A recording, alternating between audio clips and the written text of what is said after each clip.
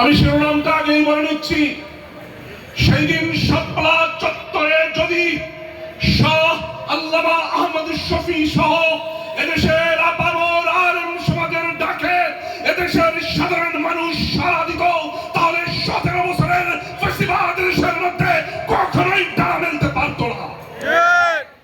সেই দিন যদি সাধারণ মানুষ বিশ্ববিদ্যালয়ের আমার ভাইরা মাদ্রাসা ছাত্রদের পাশে শুধু দাঁড়িয়ে থাকতো, তাহলে আবার নতুন ফ্যাসিবাদ এদেশের মধ্যে মানুষকে গুম খুম করতে পারত না। আপনারা বুঝার চেষ্টা করুন, সেই দিন শাহবাগে এক নতুন ধর্ম, এক নতুন পবিত্রতার রূপের লড়াই এবং সংগ্রাম চলছিল।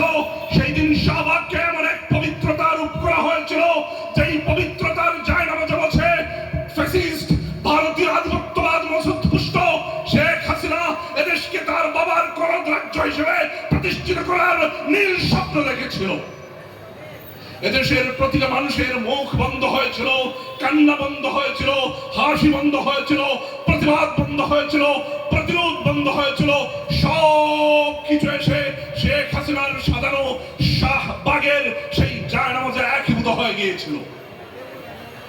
আজকে যারা মাদ্রাসা শিক্ষার্থী, শাপলা হেফাজত নাম শুনলেই আপনাদের শরীরের মধ্যে আগুন জ্বলে যায়, আপনাদের শরীরে অ্যালার্জি শুরু হয়, তাদেরকে স্মরণ করিয়ে দিতে চাই, সেই দিন যদি আল্লামা শাহ আহমদ শফী হেফাজত ইসলামের ব্যানারে এই শাহবাগের বিরুদ্ধে নাস্তিকতা বিরোধী আন্দোলন সামনে নিয়ে পেছনের অসংখ্য উদ্দেশ্য, রাজনৈতিক উদ্দেশ্যকে সামনে নিয়ে শাপলা চত্বরে একত্রিত না হলো, আজকে যারা ক্ষমতায়, যারা বিরোধী দল, তাদের কারো অস্তিত্ব এই জমিনে থাকতো না।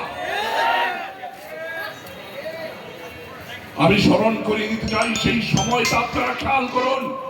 এদেশের মধ্যে কাদেরকে ঝুলিয়ে দেওয়ার চেষ্টা চলছিল, এদেশে কাদের মৃত্যুদণ্ড দেওয়া হচ্ছিল। আমরা স্মরণ করিয়ে দিতে চাই, এদেশের মাটিতে কাদের জীবন, কাদের রক্ত, কাদের ঘর, কাদের পরিবার, কাদের যৌবনকে হালাল করার জন্য ভারতীয় আধিপত্যবাদ তার লালাত জিহ্বা এদেশের মধ্যে বিস্তার করেছিল। আমি আজকে সেই সব ভাইদেরকে স্মরণ করিয়ে দিতে চাই, আপনারা সেই 13 সালেও শাহ আহমদ শফী, আল্লামা জুনায়েদ বাবনগরীর চরিত্র হরণ করেছেন।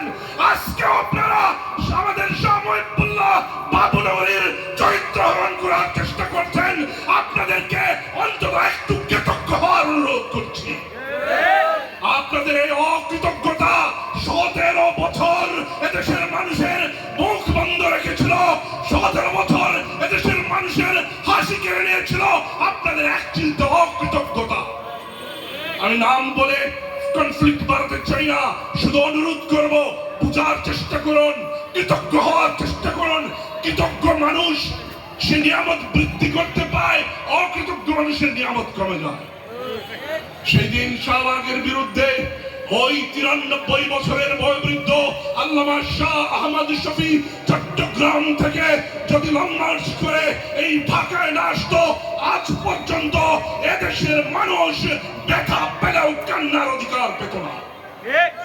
এদেশের মানুষ গুলি খেলেও বলতে পারতো আমি গুলি খেয়েছি। এমন একটা জগদ্দল পবিত্রতা আরোপ করা হয়েছিল শাহবাগের উপরে, যেন এর বিরুদ্ধে কেউ কথা বলতে না পারে। সেই পবিত্রতা রূপের পক্ষে পৃথিবীর সকল সাম্রাজ্যবাদী শক্তি, ইসলাম বিরোধী শক্তি, বাংলাদেশ পন্থার বিরোধী শক্তি, বাংলাদেশি জাতীয়তাবাদ বিরোধী শক্তি, সবাই এটার পিছনে তেল নুন ডাল দিয়ে এটাকে পালতে শুরু করেছিল।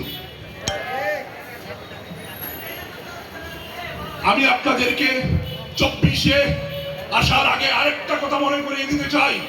এদেশের যখন ক্রান্তিকাল আসে, বিপদ আসে, এদেশে যখন সংকট আসে, তখন এদেশের আপামর সকল মানুষ বলে, হুজুররা কই, মাদ্রাসা কই? আপনারা কি শুনেন না এমন কথা? হুজুররা কই এই প্রশ্ন প্রতিনিয়ত আসে, কিন্তু হুজুরদের বিপদে কেউ দাঁড়াতে চায় না। দেখুন, আপনাদেরকে বলি, 94 তসলিমা নাসরিন বিরোধী আন্দোলনে হুজুরদের সাথে কেউ দাঁড়ায় নাই। 2001-এ ফতোয়ার রায় বিরোধী আন্দোলনে হুজুরদের সাথে কেউ দাঁড়ায় নাই। আমি আপনাদেরকে স্মরণ করিয়ে দিতে চাই, মোদি বিরোধী আন্দোলনে হুজুরদের পক্ষে কেউ দাঁড়ায় নাই। আমি আপনাদের স্মরণ করিয়ে দিতে চাই, সাপ্লাই হুজুরদের পক্ষে কেউ দাঁড়ায় নাই। আমি স্মরণ করিয়ে দিতে চাই, এদেশকে ব্রাহ্মণ্যবাদের গণরাজ্য বানানোর জন্য যখন ভাস্কর্য বানানো হচ্ছিল, ওই ভাস্কর্য বিরোধী আন্দোলনে লড়াইয়ে হুজুরদের পক্ষে কেউ দাঁড়ায় নাই। সেদিন যদি আপনারা হুজুরদের পক্ষে দাঁড়াতেন, তাহলে এদেশের ইতিহাস ভিন্ন রূপে লেখা হতো। এদেশের 1400 লাখের ইতিহাস লেখার প্রয়োজন হতো না। এরপর আসেন সর্বশেষ জুলাই আন্দোলন। নানান লড়াই সংগ্রাম পাড়ি দিয়ে আমরা জুলাই এসে উপনীত হই। জুলাই আমাদের জন্য একটা রহমত, একটা বরকতের বৃষ্টি ধারা হয়ে আমাদের সামনে উপস্থিত হয়। এদেশের আপামর জনতা বুঝতে পারে, আর নয় 17 বছর মুখ বন্ধ রেখেছি, আর মুখ বন্ধ করার সুযোগ নাই। জীবন, রক্ত, যৌবন সব কিছু দিয়ে এদেশের দামাল ছেলে মাঠে নেমে আসে। সেই দিন একদল বলতে থাকে, হুজুররা কোথায়? এরপর হুজুররা মাঠে নেমে আসে। তারপর কি হয়? মাগরিবের আগে আপনারা সবাই বলেছেন, এদেশের ফেসিবাদের পতন হয়, ভারতীয় আধিপত্যবাদের পতন হয়, রামবাদের পতন হয়, বামবাদের পতন হয়, এদেশের বাবার রাজ্য নামক করদ রাজ্য মতবাদের পতন হয়, এবং এদেশের আপামর জনতা বাংলাদেশ পন্থা এবং ইসলাম পন্থার বিজয় হয়। আমি আবারও স্মরণ করিয়ে দিতে চাই, এদেশে এখনো পর্যন্ত কোন সরকারের পতন হুজুরদের ছাড়া হয় নাই। এখনো পর্যন্ত কোন সরকারের পতন হুজুরদের ছাড়া হয় নাই।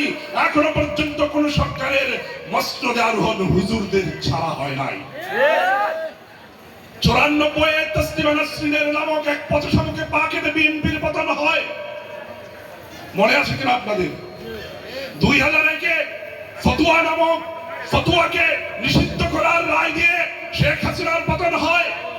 2008 সালে আবারও কওমি মাদ্রাসার সনদের স্বীকৃতি দিয়া আমাদের সেই সব অকৃতজ্ঞ ভাইদের ক্যাম্পেইন আর অপপ্রচারের কারণে আবারও জোট সরকারের পতন হয়। ইতিহাস মনে রাখবেন, আবার 17 বছরের ফেসিবাদ। তারপর 24-এ এসে জুলাইয়ে মাদ্রাসা প্রতিরোধ দিবস হওয়ার কারণেই এই দেশে ফেসিবাদের পতন হয়।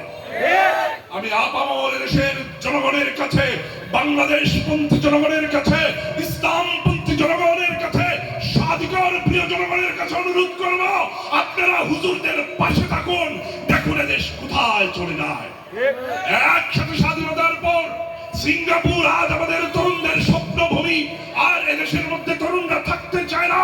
আপনাদেরকে অনুরোধ করব, হুজুরদের পাশে দাঁড়ান, হুজুরদের কথা শুনুন, হুজুরদের নীতি আদর্শিকতা এবং নৈতিকতার উপর দেশটাকে পরিচালনা করার চেষ্টা করুন। আগামী 10 বছরের মধ্যে এদের সিঙ্গাপুরকে ছাড়িয়ে একটা উন্নত রাষ্ট্রে পরিণত হবে ইনশাআল্লাহ।